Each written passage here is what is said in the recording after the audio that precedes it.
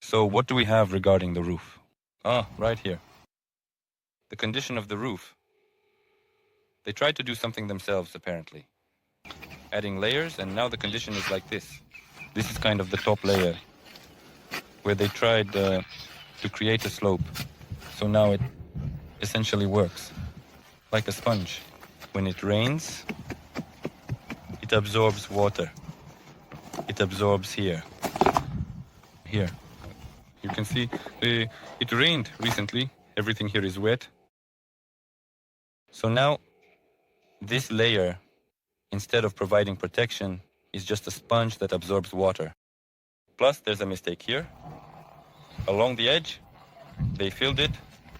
So they raised the edges to let the water exit through the pipes. As a result, everything here gets clogged. It's kind of ineffective. And plus, because of this elevation, it's more evident on the other roof, which I'll also show. Due to this elevation, after the rain, a sort of pool forms here. So it's not just that the water doesn't drain quickly, it doesn't drain quickly, because there are very few openings. And here, a pool forms over the entire area. That's why moss has already started to grow here. There's even some kind of tree growing here. Here. And here is a shrub. And you can see how the water stands here. At what level? Here. And judging by the moss, a lot of water collects here. It will also be necessary to remove and make special stands for the air conditioners, to lift them so they don't interfere with the work, and to ensure there are no holes, no sort of gaps. And for safety, they must be securely fastened. Currently, they are not attached in any way. Here. So with a strong hurricane wind, they could easily be blown off the roof. So these are the next points. Here are two roof slopes, one and the other. Here lies a metal, membrane that was installed to direct the water away from here.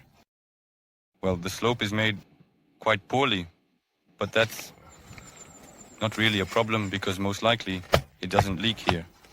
But because the slope here is insufficient, over there in that part, water accumulates. Here, meaning it dries up later. Well, here, you can see signs of corrosion, and accordingly, in about 3 to 4 years, it will completely eat through, creating holes, and leaks will also appear down into the roof. Therefore, everything here needs to be protected. With an additional membrane like this, and with which we will cover the roof, with approximately the same quality. So further on, we have here, there's also this small part, a small roof. Here, you can compare. If on that side they made these additional edges, as a result, it creates a kind of pool with quite a lot of water. Here on this small roof, there are no such edges. There. And as you can see, then there is no moss or any vegetation here, because water does accumulate here too. Since there is no slope, but it dries up quickly. At least, nothing grows here. So moving on. Here we have the main large roof. I'll show the overall view. There, with the letter team. And here we are. Continuing. I want to show there is this edge, a solid edge, about 5 centimeters. I've already cleaned here. The hole was completely clogged here, and nothing was flowing from this pipe at all. And as you can see, even after that, there's still a whole centimeter of water, and which doesn't go anywhere. All this water will be absorbed into the concrete and passed through, coming out in the house as moisture on the ceiling, as dampness in the house, and eventually mold will grow.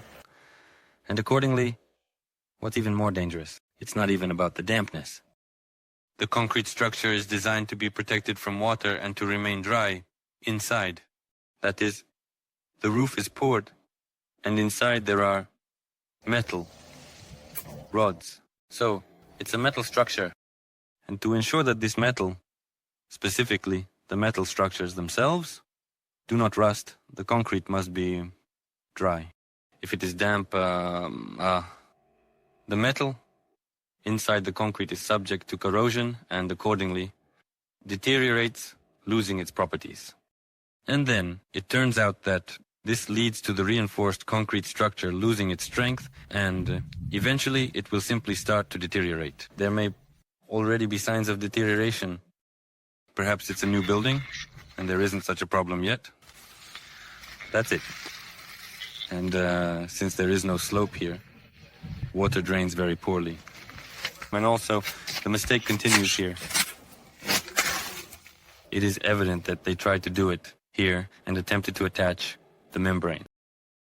Before attaching the membrane here, it is necessary to cover it with a special primer composition that creates adhesion to the concrete.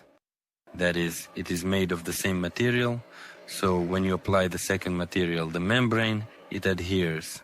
Right now, it is not adhering. It has even come off over time due to the wind. You can even see it here. They also wanted to install the membrane here. Here it is peeling off. Accordingly, it will also be necessary to move this solar heating station to this roof. The slope here allows it, so it would be more appropriate to place it here, because here we again create additional holes in the concrete, which allows water to pass through there. And during the installation, it will still need to be removed. The more appropriate place to install it is over there. There is also an air conditioner that needs to be removed as well. Well, that is make a special stand for it and secure it, because it is not attached here in any way. So it could also be blown away. And here, when they were making the roof, even though they tried to make a membrane, they just went completely around the air conditioner, leaving the original roof underneath it. There you go. What needs to be done for the roof to function properly, stay dry, and not cause any more problems? First, a small concrete slope needs to be made, but towards the edges, so that all the water that gets here flows out of the house. Accordingly, a special coating is applied next. And then 2 layers of membrane are installed. 2 layers are essential because otherwise it won't work and it will also leak. Next, the membrane reaches up to here and then turns downwards, completely downwards. That is bending. It kind of goes like this, the membrane completely. Accordingly, from there, it drips and flows from the membrane. Also, if you want to prevent dripping on your head, you need to create drainage channels around the house. Accordingly, a stormwater system, so that everything flows into one pipe, and the water is diverted separately, so that, well, it doesn't drip from the top of the house, from the edges of the roof. That's it. Basically, that's the scope of work that needs to be done here. And here's proof that there's also standing water. See it, and a pool here. You can see it right here. Here too. Moss is growing. Moss is a plant that grows in a very damp environment. It needs constant water. And it turns out it's always present here. I think if we go down into the house, it will be very evident from the ceilings that there will be a lot of water. There you go. And accordingly, the most dangerous thing is that this very quickly destroys the entire structure. It loses its strength because the metal inside the slab rusts. That's how it is.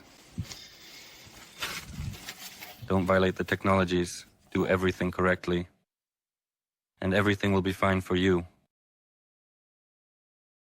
Here's the result. Everything is leaking in this direction here. And apparently the house is still new. There are no corroding, no reinforcement destructions. Yet.